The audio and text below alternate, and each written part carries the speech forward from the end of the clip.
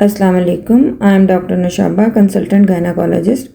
आज का मेरा जो टॉपिक है वो है रिकरेंट मिसकैरेजेस, यानी कि हमल का बार बार ज़ाया होना। बहुत सी ख़वातीन एक नहीं बल्कि बार बार हमल ज़ाया होने के बाद ये सवाल करती हैं, आखिर ऐसा क्यों हो रहा है? क्या मैं कभी माँ बन सकूँगी? क्या ये मेरी इसमें कोई गलती है?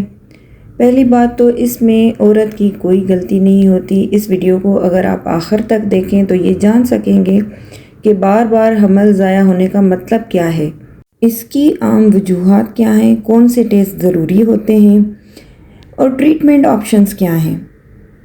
जब 2 या उससे ज़्यादा मुसलसल हमल 20 हफ्तों से पहले ज़ाया हो जाए, यानी कि 5 महीने से पहले ज़ाया हो जाए, तो उसे रिकरेंट मिसकैरेज कहा जाता है। ये मसला 1 to 2% कपल्स को मुतासर करता है। कुछ लोगों को ये गलतफहमी होती है कि ज़्यादा काम करने से हमल ज़ाया होगा, वज़न उठाने से, सफ़र करने से, ज़हनी दबाव से, पर हकीकत में ऐसा नहीं होता। अक्सर जो हमल ज़ाया होता है या तो मेडिकल या कोई जेनेटिक कॉज होता है जिसकी वजह से ज़ाया होता है, रोज़मर्रा के कामों की वजह से नहीं। बार बार हमल ज़ाया होने की जो सबसे कॉमन वजह होती है वो जेनेटिक कॉज होता है। उसमें क्या होता है कि जो एम्ब्रियो बन रहा होता है, बच्चा बन रहा होता है, उसमें क्रोमोसोम्स की ख़राबी होती है या दोनों में से एक पेरेंट में बैलेंस ट्रांसलोकेशन होती है। ये भी एक क्रोमोसोमल इशू है। इसमें भी क्या होता है कि बेबी अच्छी तरह से नॉर्मली नहीं बढ़ पाता और इन द एंड जो है ना मिसकैरेज हो जाता है। हालांकि इवन देखने में जो हेल्दी पेरेंट्स होते हैं ना, उनको भी जेनेटिक इशू हो सकता है। और जो सेकंड कॉज होता है वो यूट्राइन प्रॉब्लम्स होते हैं, यानी कि बच्चेदानी की जो है बनावट की एबनॉर्मलिटीज़। जैसे एक बच्चेदानी जिस तरह स्क्रीन पे आपको नज़र आ रहा है, नॉर्मल बच्चेदानी इस तरह की होती है, और अगर इस बच्चेदानी के बीच में एक पर्दा आ जाए, यानी कि इस बच्चेदानी के अंदर से 2 हिस्से हैं जिसे सेप्टेट यूट्रस कहते हैं, या बच्चेदानी में रसोलियाँ हों या बच्चेदानी की दोनों दीवारें आपस में मिली हुई हों, तो इन सब वजूहात की वजह से भी जो होता है बच्चा सही बढ़ नहीं पाता और एबॉर्शन के चांसेस बढ़ जाते हैं। और थर्ड कॉज होता है हार्मोनल प्रॉब्लम्स, यानी कि थायराइड डिसऑर्डर्स, शुगर हो, लो प्रोजेस्टेरॉन हो, पीसीओज हो। ये हार्मोन्स भी जो अर्ली प्रेगनेंसी होती है उसको सपोर्ट करते हैं अपनी जगह बने रहने में। अगर ये इनकी कमी हो जाए तो फिर भी बार बार हमल ज़ाया होने का ख़तरा होता है। और 4th नंबर पे आ जाता है ब्लड क्लॉटिंग डिसऑर्डर्स, यानी कि खून जमने की खराबी। इसमें 2 चीज़ें आ जाती हैं, anti phospholipid syndrome and thrombophilia. इनमें असल में क्या होता है कि जो अवल होती है प्लेसेंटा, उसमें छोटे छोटे से क्लॉट्स बन जाते हैं, जिनकी वजह से जो ब्लड सप्लाई बेबी को जानी चाहिए वो ठीक तरह से नहीं जा पाती, इसलिए बेबी की ग्रोथ नहीं हो पाती और बार बार मिसकैरेज होने का चांस होता है।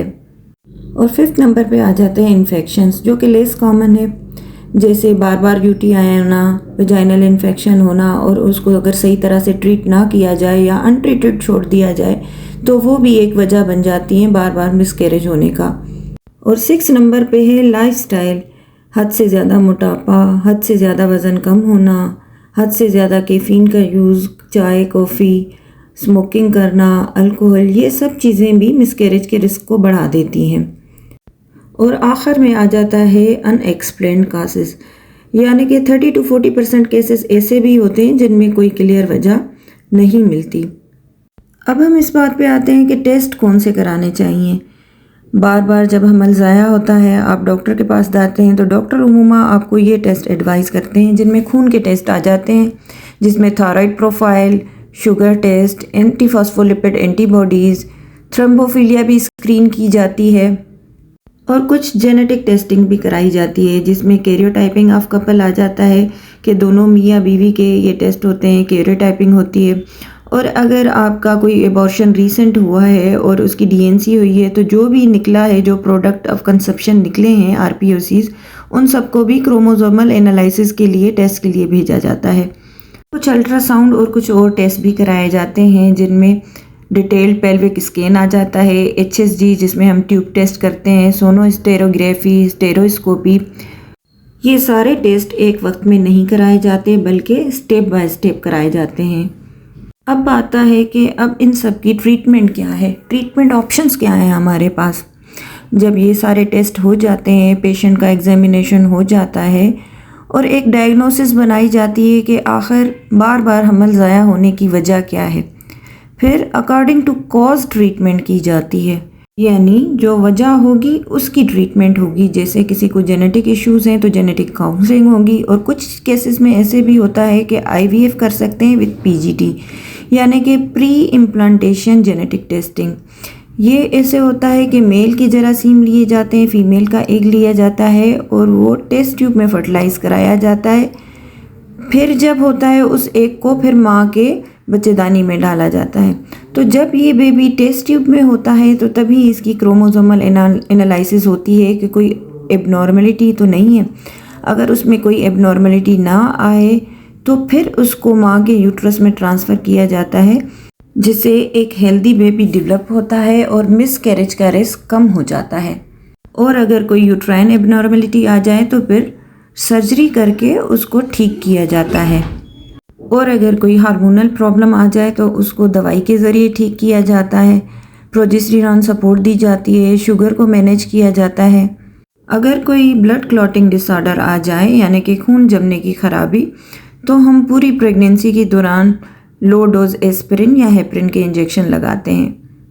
अपने लाइफस्टाइल को थोड़ा चेंज करना पड़ता है, बैलेंस डाइट लेनी पड़ती है, वेट मैनेज करना पड़ता है, फोलिक एसिड लेना पड़ता है, और अगर कोई स्मोकिंग करता है तो स्मोकिंग भी बंद करनी पड़ती है।